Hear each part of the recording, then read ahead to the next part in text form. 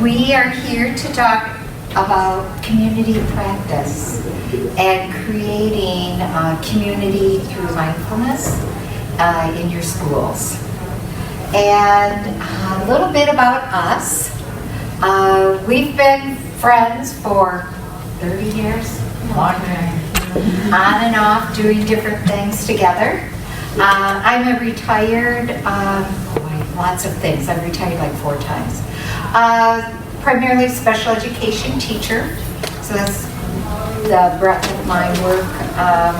But I've also been in teacher education. I was a special education teacher supervisor from Grand Valley State University for about 10 years and worked with year-long special education interns. So I'm very deep into teacher education, created communities of practice, or professional learning communities when I was a curriculum director. Came to mindfulness, like a lot of people I know, because of stress, anxiety, some depression in my life. I had a daughter with a mental illness, which brings a lot of stress. It can bring a lot of stress in your life. So that really helped me. And then I just kept on wanting to see what was there out there for children, because I was still very involved in the schools, and started my journey towards mindful schools. Took their first 2 courses, started teaching that in 2013, and then did the year-long. I now am a guiding teacher for the year-long. I've been doing that for 3 years with mindful schools. So I'm kind of a mindful schools super fan for several reasons. And just decided that I would like to see what we could do to continue growing it in the Grand Rapids area, and really started getting interested in this community of practice and how could we really bring in training and information to teachers. So that's why we're here today, to kind of share a little bit of that journey, and we're just really starting it. So maybe you guys will give us some ideas.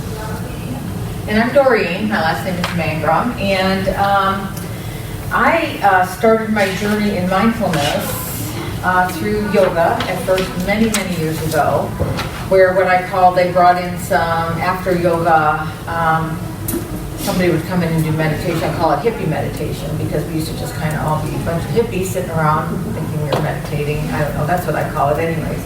It was all good, but it has transformed in so many ways in my life. But there was raising a couple of kids, was married, I was an administrator, I was a principal.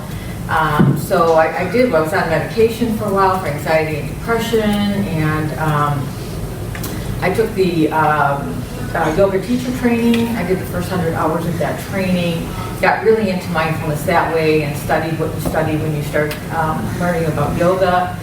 And then just got into mindfulness and MBSR and all that kind of stuff. And I was in actually Patty's first cohort of the community of practice. Just a second. Yeah, we're going to have to. There we go. Got it. Okay. Yeah. Oh, we can be mindful, but. Yeah, that's what it is, right? So that being said, my background also is special ed, and so raising my kids, working on a master's. My husband was severely injured, decided he wasn't going to go back to work because of the injury took place at work, and so he started a PhD in something, and I just couldn't do anything right. So I got yoga, I got mindfulness, I was on medication. I have not taken medication for years and years, but I will tell you, I go to my mat every morning, and I call it my morning medicine. So I do yoga and meditation, probably 28 out of 30 days a month, I should say, but almost. So I'm really excited about being here with Patty. She's kind of the guide in all of this. I just happened to be in her first cohort, and then she brought me, what we're trying to do is bring leaders on through these cohorts of community of practice, so that, as you can see, well, you can't see with Patty, with me, and we're a little older, and we're trying to set up some sustainability in our area. So that's kind of what we're looking for, maybe from you, have some ideas for that, and we're going to show you kind of how we're trying to get that. So, thank you all for being here. We are going to do some partner work, so you might be moving a little bit just to talk to somebody. But, just like we do with the kids, we're going to start with practice.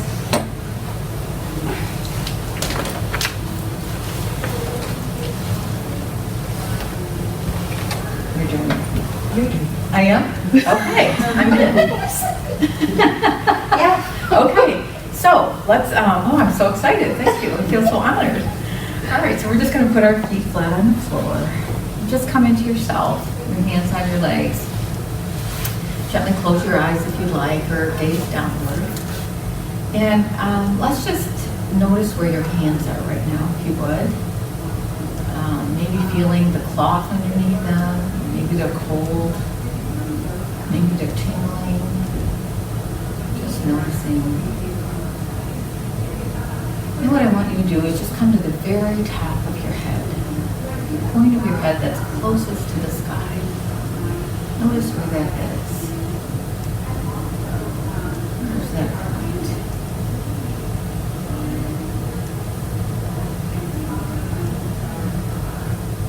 Let's just take a deep breath in together.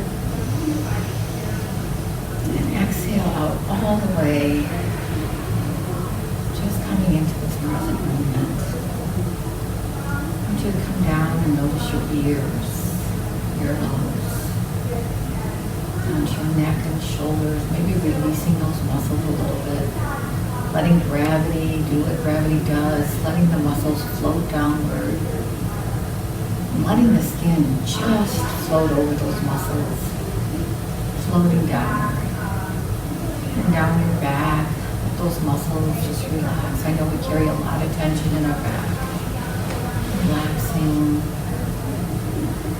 making sure our brow is relaxed, our jaw, and then back to our lower back. Let it float downward, sinking, getting heavier. Sits bones on the chair, thighs, muscles that work so hard for us every day. Just relax. Let the skin just float over the muscles. And our knees and our calves and our shins. Letting those muscles relax. Gravity doing what it does. And down to our feet. Where we ground into the earth that supports us. Loving earth that's always there to give us strength and support. Noticing, just being present, breathing in, breathing out.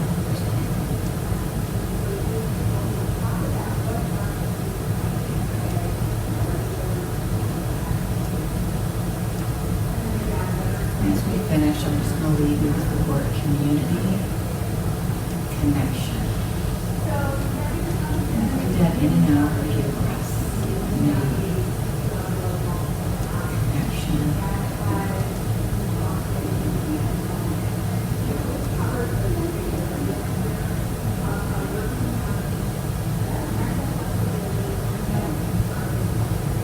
And notice the space around you. And just gently open your eyes.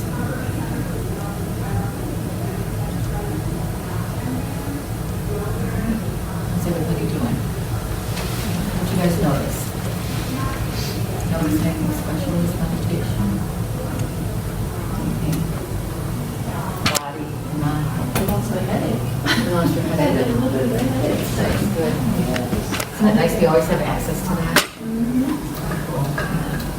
Okay, so, let's see, we are going to, Oh, okay, yeah. yeah. So I'm going to ask you a few questions. You got to know us, so we're going to get to know you just a minute here.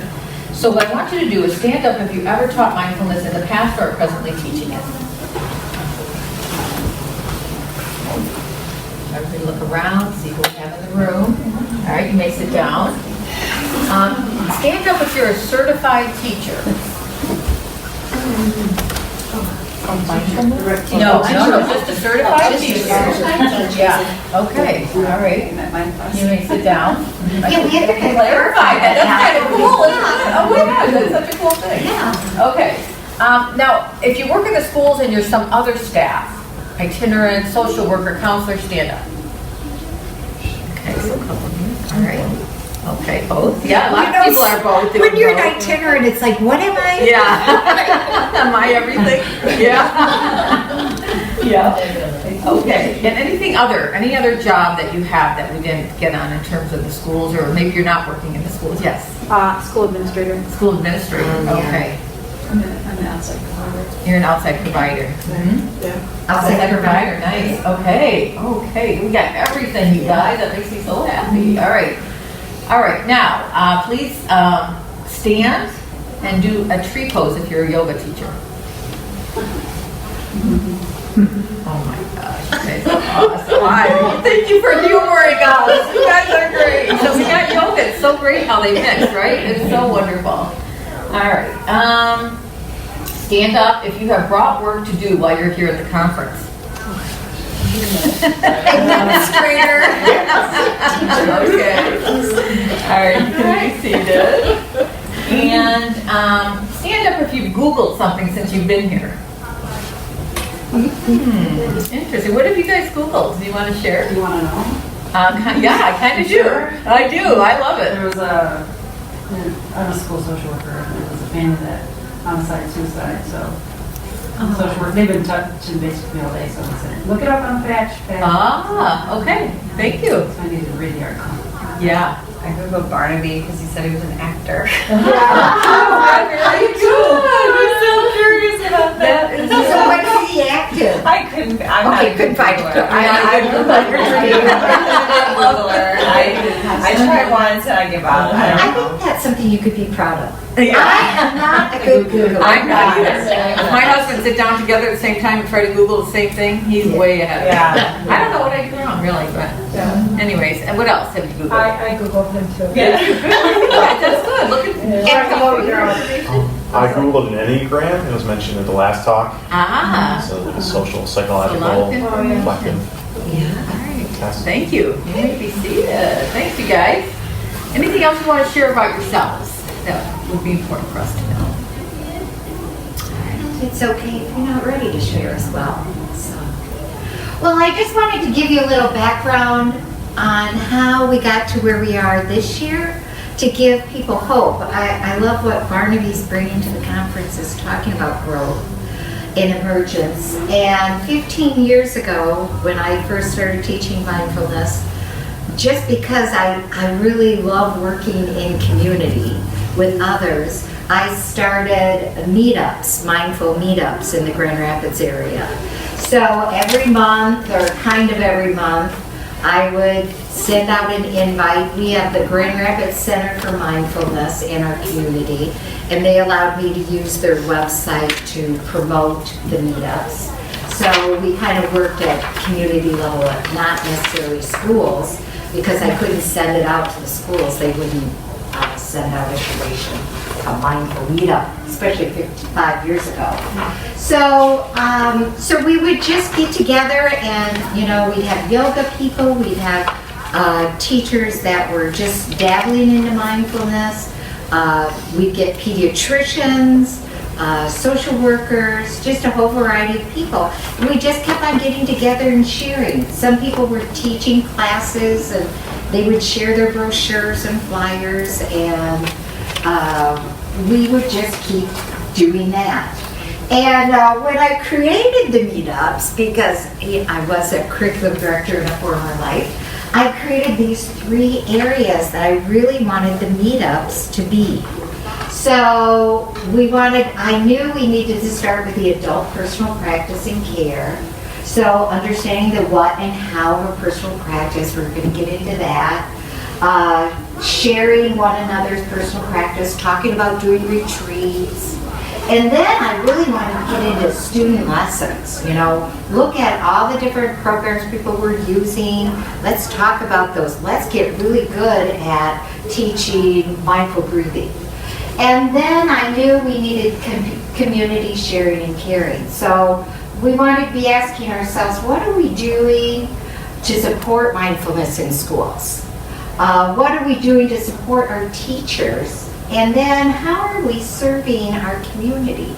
So like Doreen has brought mindfulness to Dekage, which is It's a women's shelter. women's shelter. So that's, you know, how are we investing in our communities? But really, what really happened was we got together for coffee or drinks and we connected and in conversation and fun.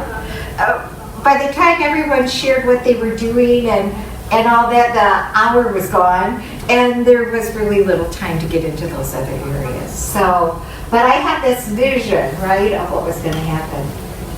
So, I did go through, how many of you have been through Mindful Schools online? Okay, so several of you. So, I loved that initial training because I think the instructors really take you into a deep dive. Something that I couldn't replicate just being brand new to mindfulness. I'm not a Chris or a Megan or a Vinny. Although I do have a, what is this called? Henna. I don't have any tats. If you know, Chris and Vinny both have lots of tattoos. Yeah. But I'm also old school, and online learning is not my best way to learn. So I kept on thinking, okay, so I don't want to recreate everything. I can't recreate what Chris and Megan teach in those lessons, but I could help use that information and help facilitate teachers in getting a little bit deeper into what they were presenting. And especially since I've been doing it for so many years now. So it's practical, but so what I created was this idea of a community of practice. I talked with Christina from Mindful Schools. She gave me Lucy and Yelena out east had kind of toyed with the same idea. And so so I'm going to stop there. And then you're going to tell them what a community practice. So this is a generic definition of the community practice that we Googled. Seriously. Yeah, we did. And so this is like a global universal thing. So it's not particular to any one thing. So it's a group of people who share a concern or passion for something they do. It could be playing tennis, you know, it could be any of those things. And they learn how to do it better, which is what I love about this definition. By gathering community together, you do get better at what you do. As they interact regularly. This definition reflects the fundamentally social nature of human learning, right? Together. So just to tell you, if you email us, you will have this PowerPoint.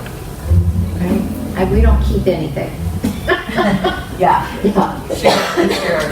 So then we have parts of this in terms of what is involved in the community practice.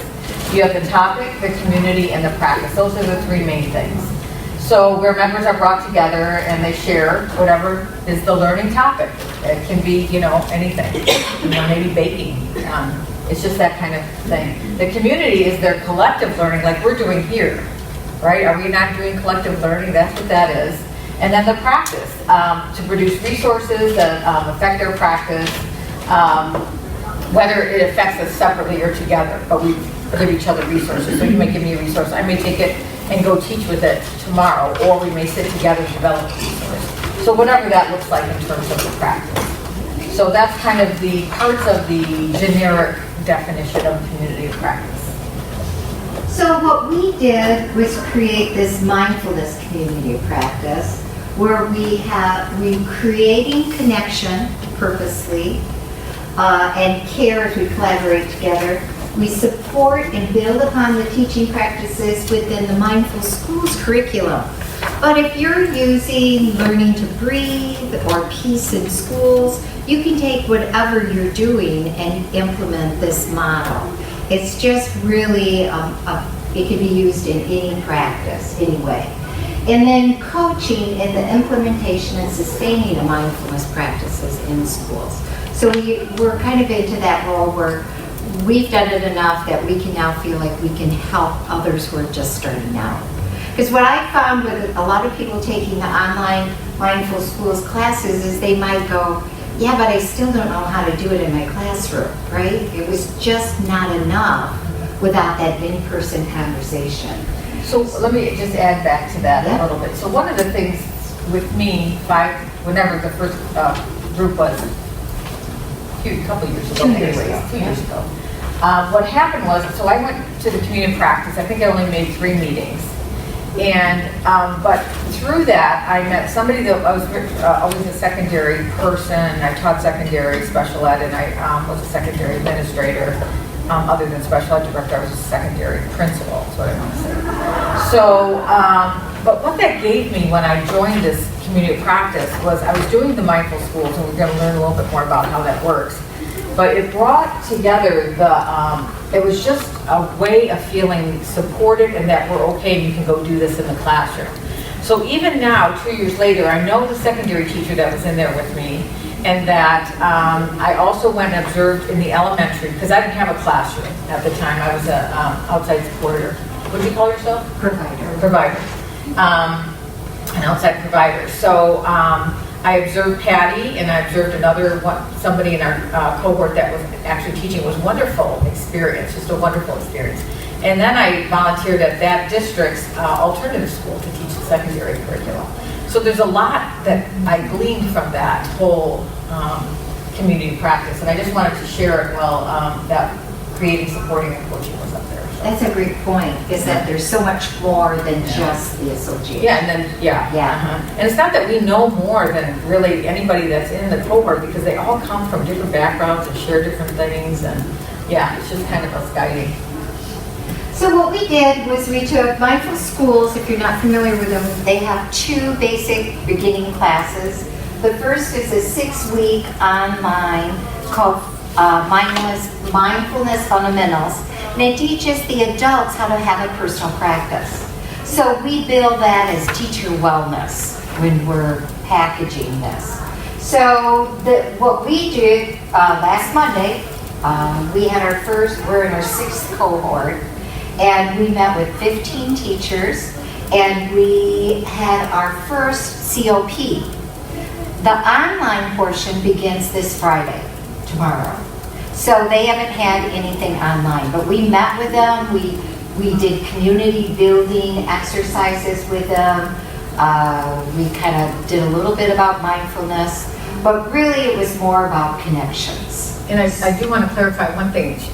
15 teachers, there was probably 4 teachers, 4 classroom teachers that were teaching. There was counselors, there was a parent doctor that was there was a social worker, counselor, PE teacher, there was a band teacher. So it was, when you think about these classroom teachers and you think of the structure of 25 kids in a class, this group was very eclectic in that. It's a very cool group of people that came together. So they're not all young. Okay, thanks. So then what we've done is we do a beginning, middle, and end COP for each 6-week online class. So in a couple weeks, we'll meet with this group. They'll have gone through the first 2 weeks of Mindful Schools online learning. And now we're going to take what they learned and bring that into our community. We'll practice, we'll dive a little deeper, we'll give them resources, etc. So what we're doing is enhancing what they've gotten online. And then they'll begin the Educator Essentials, gives every teacher K through 12 curriculum to teach mindfulness in the classroom. And I've done a lot of other training. I kind of like Mindful Schools just because it's practical for most teachers. It's a 15-minute lesson. The design is set up so you teach twice a week, 15 minutes for 8 weeks. And then the whole practice is that you're going to do short mindful moments throughout your school day with the students. So it's not, and you can continue, there's tons of resources with Mindful Schools. That's the other thing I like about them. They have a great Facebook support page. They have a community resource page. So they go way beyond what Doreen and I even could provide for teachers. And then what we also do is we offer demonstration teaching. So we have the teachers sign up and we go into their classroom and teach any lesson they want to see. So, when you do Mindful Schools online, Chris and Megan will be teaching kids in classrooms, so you get that, but it's not the same as having a live body interact with your kids and give you the believability that it can happen. So I think that's been a really important piece in the design. So when we're together, this is just one small group, and I'm going to show you a slide that has the numbers, but we use large group, small group, and partner support. We try to get meditation buddies so that they really cement their mindfulness practice, because that's the foundation of all the teaching. We create, after the 2 courses are through and we've done the demonstration teaching, we're now starting to offer what we call a Community of Practice Plus group, which then will meet about 5 to 6 times during the year as a means to, okay, so now, like this group that we're starting with right now will end June 10th. Well, summer. So they're not going to have a lot of time to practice with kids. So next fall, we're going to have a Community of Practice Plus meeting, and that's where we're going to start answering questions for them. Well, now this is what happened with the kids in the classroom with this lesson, or how does this lesson really go, or I'm really having trouble keeping up with my own mindfulness practice. Or can you come into my classroom and help? Yeah. So we're there to support the growth of mindfulness through Mindful Schools. Oh, okay, so this is what we started with. So October of 2017, Doreen was in my first cohort. We had 4 people, but we did it anyway. And that was, I have my own LLC, so I've offered it in our community and got 4 people. And then we had a group out of Lansing, which is about an hour away from where we live. Highfields. And they had a donor that wanted their participants trained in mindfulness. So we went there. And then... Okay, let me interrupt you for a minute. So the group in Highfields was a mental health group. So Patty and I were challenged in some ways. They were great, but they were making home visits and they were meeting with whole families, and they knew the benefits of this, and they did do the Mindful Schools online curriculum, but then implementing it for them looked a lot different than it would for those of us in the school. Yeah. So we had to concentrate on really problem solving with them and really creative and using more family support basis. And actually a part of Mindful Schools is you do a family event. So your family night, we can just use components of that. But yeah, it was needed to be adapted. Then Doreen came in and said, well, let's call Julie Mushing, who is part of Kent ISD.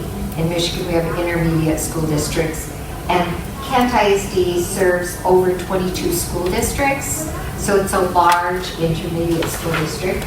And so she started allowing us to offer the COP through the school system.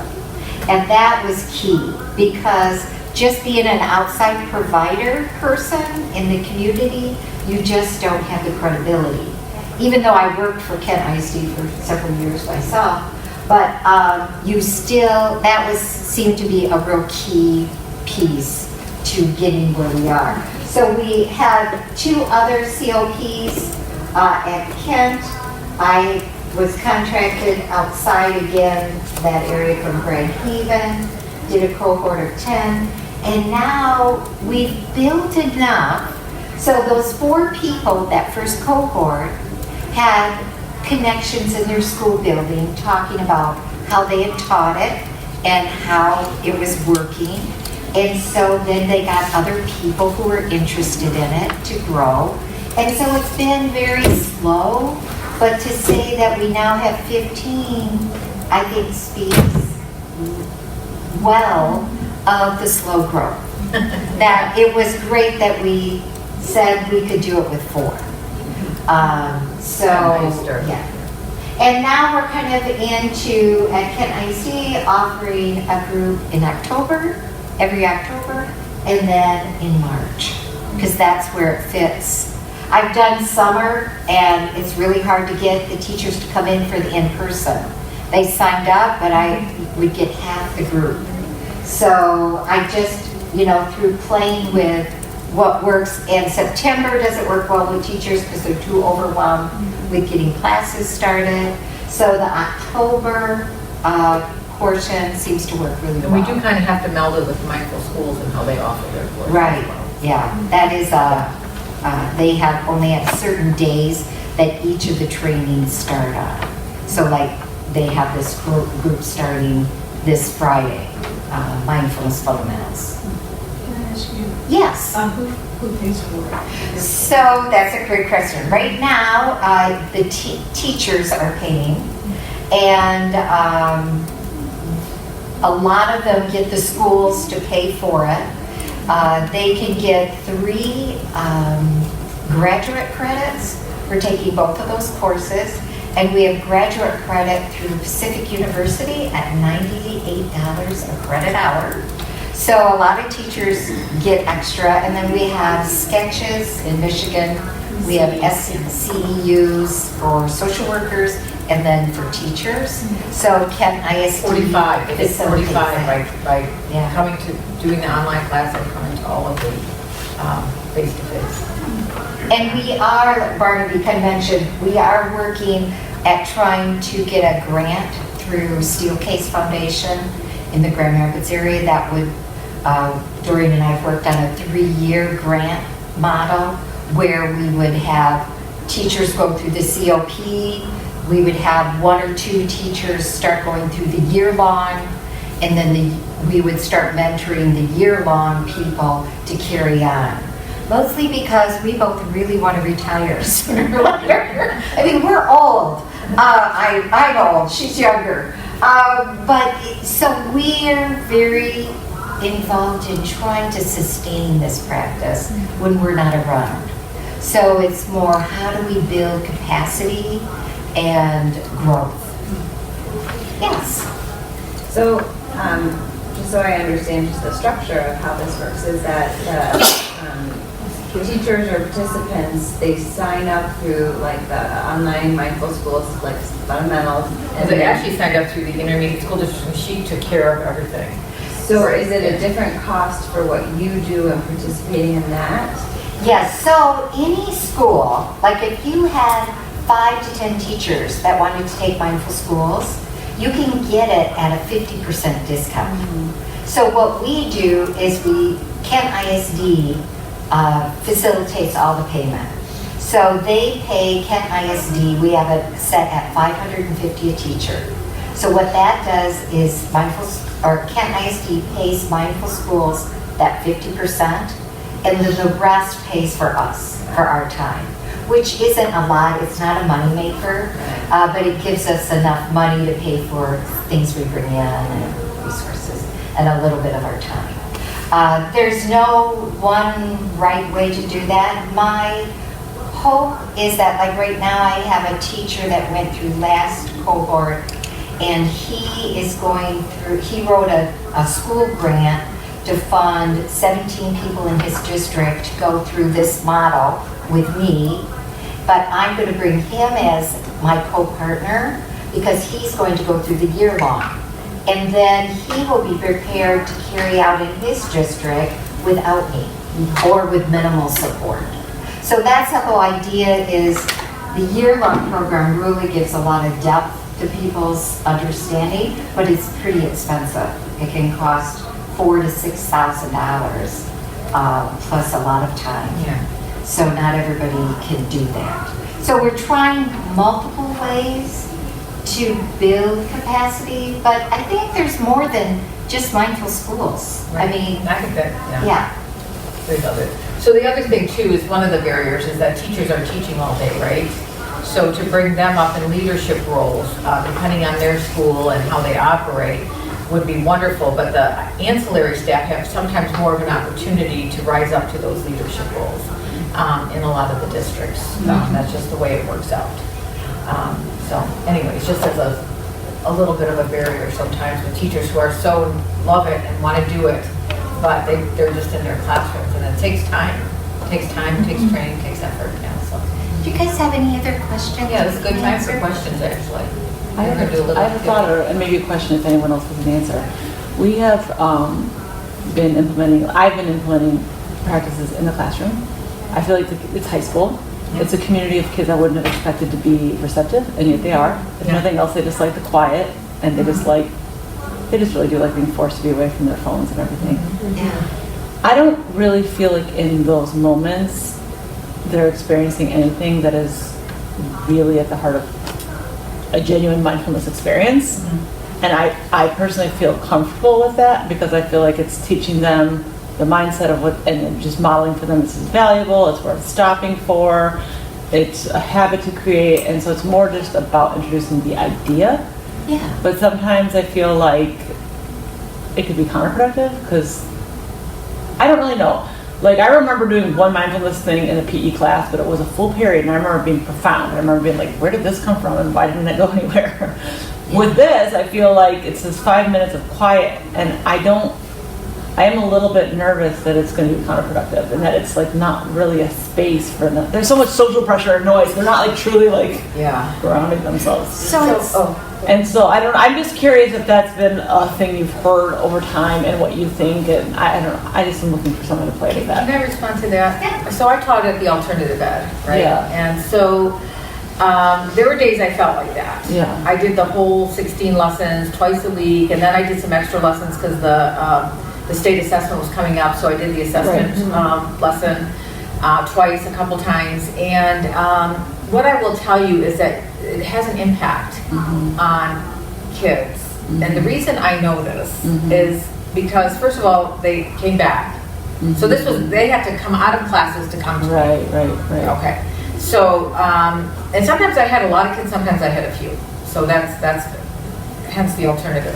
But the story I tell, and Patty's heard it too many times, is the kid that came in every time laid down on the floor and appeared to be sleeping.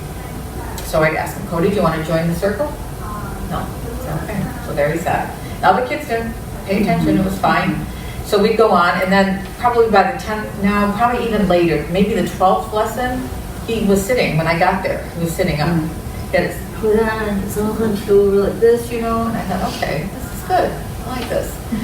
So I said, welcome Cody, how you doing? Okay, all right. So he just did that the whole time. Then the next time I came in, his hood was off, he was sitting up. Now I think somebody had talked to him, I'm not sure. But the answers and responses he had led me to believe that he was hearing and maybe participating in the meditation practices. I don't know that for a fact, but what he was saying. The other really quick one I have is another student he came in probably half the time. I saw him about 8 months ago, and he ran up to me at Myers grocery store, and he says, "Hi, how you doing? I just want you to know I quit cutting." I had no idea. I hadn't seen him cutting. And then I just saw him 2 weeks ago. Again, he runs up to me. Now this time he looks a little healthier, and he's going to move in with his boyfriend, and he's getting a job, and he still shows me, "I quit cutting. It's been like 1 year," he said. So I think, I'm hearing you. yeah. No, I know. It's kind of faith in one level. You just, yeah. Now, just for clarification, are you teaching them mindfulness or allowing space Yeah, for it? I think I would say allowing space for Okay, it. so that is a different issue. Like, I have one middle school teacher that just went through the COP, and she used to create space. But now she has, through Mindful Schools, she has these 20 lessons. Yeah, that's what I was. So you're teaching skills. Right. I think it's You're just foundation, yeah. right? It's 4 hours total, the curriculum. Yeah. And it's not, you'll hear it over and again, it's not about the curriculum. No, I So know. you're teaching kids little skills to practice Yeah. over and over and over again. And I will say though, and this is just for people who want to spread it, starting by just making space was an easier way to step in. You saying that now, I feel like I'm ready for that, but I don't know if I would have been ready to jump in with the Right. lessons. Yeah. I feel like Yeah. creating space So first it's was fine. nice, Yes. like Yeah. a baby step. Because then Yeah. this can get daunting, Yeah. and you're so scared of pushing back. I mean, it's so Yeah. lame. We care what high schoolers think of Yeah. us, but we do. And they do have, go ahead. Well, I think your point is why we wanted to support the teachers, is because, like, still know teachers that have gone through this training and still aren't using it. Yeah, oh, that's You know, totally. because they're in high school. It's hard to schedule, yeah. Yeah, this one teacher is a high school English teacher. She teaches AP courses. To fit it into the schedule at a high school is very challenging. But this cohort, we have a gym teacher, and she's very interested in help her design a mindfulness yoga class. Right. So we're real excited to work with her and support her. But so that's Yeah, what we're. It's those little baby steps, really. It really is, I think. What we Yeah. really want to just say is start a community someplace, and a community can be 2 people. So find somebody else in your community that is interested in it, and start having ideas on how you can bring it in. This is just one model that you can use with lots of different other pieces to it. And if you want, we're available. We can give you our email, and if you have questions and we can help, we've got a couple years left. Do you guys know what time we go till? I think it extended a little bit because we were late. I thought it was Yeah. 2:15. That's what I was thinking. Yeah. Okay, so we're gonna go ahead then, and we have any other questions? Well, this is a great time before our activity that we get any of your questions answered. I love this, that you're, anything else? Okay, so what we're going to do is you're going to take this question, you're gonna talk to a partner. If you were to create a community of practice in your area, what would be your first steps? Or what would a plan maybe look like? And I know you just have this information, but just let your mind wander and talk to each other and take about, I'm going to say 4 minutes. Or maybe I'll count you off. Let's do that. Let's see, 1, 2, 3, 4. well, they might want to partner up with someone they're working Well, with. that's true. locally, Yeah, too. go ahead. Fine, Yeah. yeah, you can partner with anybody. That would be.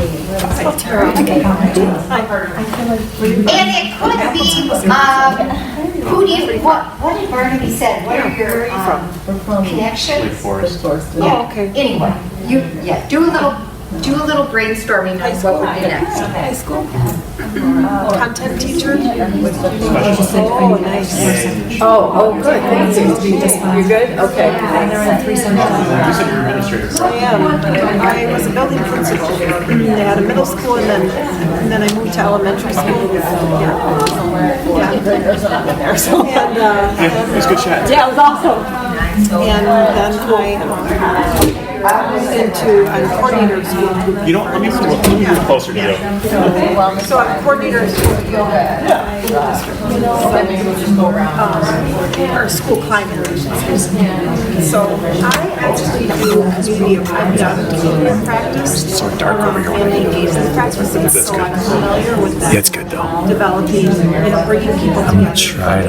There was a music busting topic. Yeah. So I run community practice with engagement practices and how to get families engaged. So this idea of building, like providing a venue for people Yeah. to learn more. I think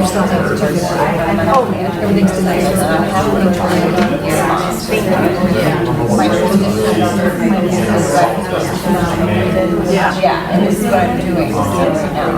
So fundamentals and then educator essentials. Those are services that she's supporting, and I've done both Teacher leaders in our district that really brought this to the surface. One And was so an elementary teacher who's trained in my house.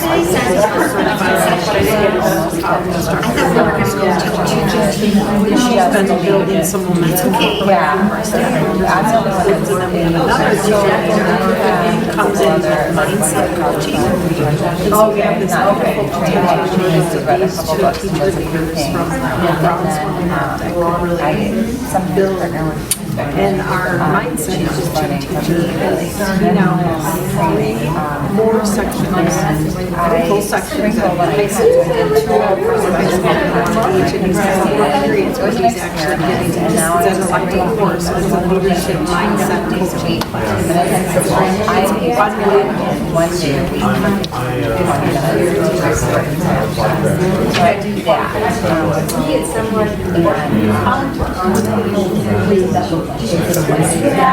Congratulations.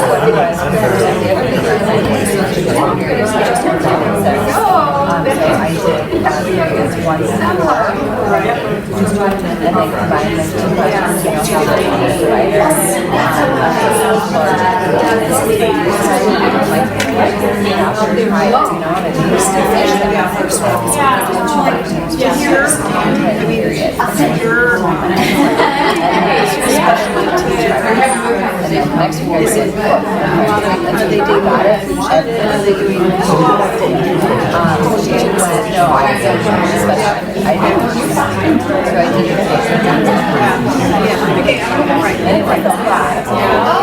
Hey, we've got kind of a blend of people moving in from, some people are off on different schedules, but our people here. We're okay. No, so we're just using our time. Our moderator said we can. So can we just have a couple ideas that you found out from your groups? From your conversation?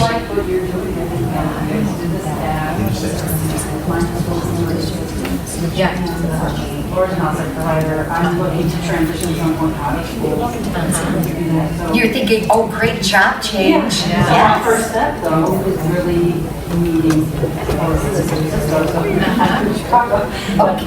meeting people like mine and similar to this. Yeah, I'm just gonna stop it because she's about to do a questioning, right? Yeah, yeah.